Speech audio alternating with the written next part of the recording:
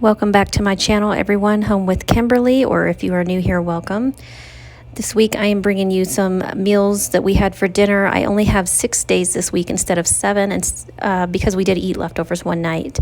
This first meal is Reubens. I absolutely love a good hot sandwich, and I have found the best way to make these is to heat up the meat and the sauerkraut in a skillet separately. That way you're not trying to toast your bread and heat the inside of that sandwich all the way through. Sometimes it doesn't get heated all the way through in the middle, or you end up burning your bread because you're leaving it on too long. So while that sauerkraut, and I use turkey pastrami in my Reubens a lot of times. I absolutely love it. I shave it. While that's heating, I put Thousand Island dressing on both sides of the bread. And then I add on my Thousand Island dressing. Of course, you can tailor this as much or as little as you like. I like extra cheese on mine. And then I add in my hot sauerkraut on top of the cheese, and then the turkey pastrami on top of that. And that will go ahead and start melting that cheese down. And then I just close that up and I butter one side of the bread, and I put that buttered side down into the skillet. And then it only takes like a couple of minutes on each side, and that is perfectly toasted and delicious. And I just pair this with some chips and pickles. Absolutely delicious meal.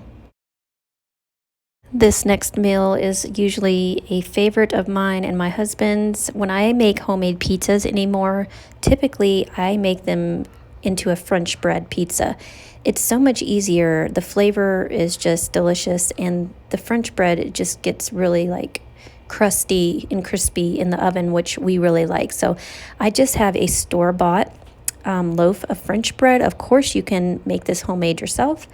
And I am taking one of the loaves away because it's just my husband and I that we're going to eat this French bread pizza on this night. So we didn't need 2 big slices like that. I like to take out some of the excess bread in the middle. It just kind of helps everything to sit into the pizza better. And I don't like quite so much bread in there, but if you don't want to do that, you don't have to. Then I'm just starting to top this. Obviously, you can top this however you would like. Now, sometimes I make a chicken alfredo French bread pizza, and then I'll do a normal French bread pizza like you see me doing here. I mean, the sky's the limit. So I'm just putting pizza sauce, and then this is hot Italian sausage that I cooked up because we like a little bit of kick to ours. And normally I also add in pepperoni, but I couldn't find the pepperoni in the store. I was actually in a hurry by the time I got to that point. So I got this dried sausage from the deli. The flavor was good, but it was super chewy, so I wouldn't buy that again. But normally pepperoni. Then I'm putting on some fresh green pepper, some red onion, and then I end that with some canned store-bought mushrooms. And I don't know what it is about canned mushrooms from the store, but I could literally eat that whole can. Is that weird? Does anybody else do that? I don't know why. I love canned mushrooms from the store. It's very odd, but I put those on top, and then I just top it with my cheese. Today I did have mozzarella, so I put that over top, and then sometimes I'll use like a Mexican cheese blend too, just depending on what I have on hand. But I did have mozzarella today, so I used the mozzarella. On top of that, I love to add Parmesan cheese, and then I also added some pizza seasoning on top of that. I believe I baked this in the oven at around 425 degrees for no more than 10 minutes, and it came out perfect, cheesy, crispy. If you guys have never tried French bread pizza, I highly recommend. Now, this next meal was by special request of my daughter. It's one of her favorite meals that I make.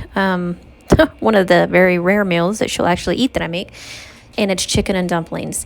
Now, you don't have to make your own chicken stock. That's what I did here.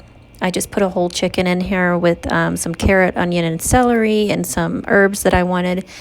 Just because I love the flavor of homemade stock, you can easily make this with a store-bought stock, which my daughter actually prefers store-bought stock, honestly, but if you do make it this way, then you can also use the chicken from your stock to actually put into your dumplings. So now you just see me straining out my stock into my pot, and I have my dumplings already made up. Now, I'm not going to go through in depth how I made these because I have a video already on how to make this chicken and dumplings, and I will link that down below.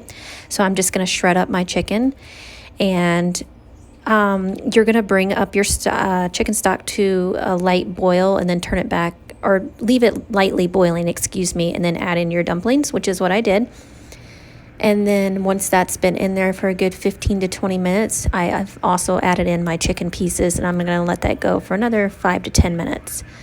And it should be nice and thick for you because there's quite a bit of flour that's been added into this.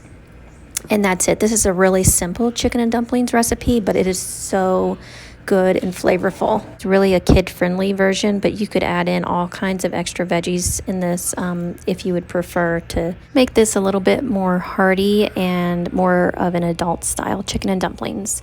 This next recipe, I am making ham and bean soup, and in that crock pot, I like to make my own ham bone stock.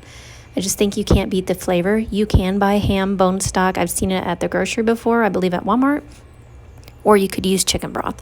And to a skillet here, I'm adding my carrot, onion, and celery with some butter. I'm going to saute that up just to start getting it a little softer. And then that is going to be added in here in a moment with my ham bone stock and my beans. And I took the ham hocks that I'm used to make my stock. I just stuck those right down over my beans.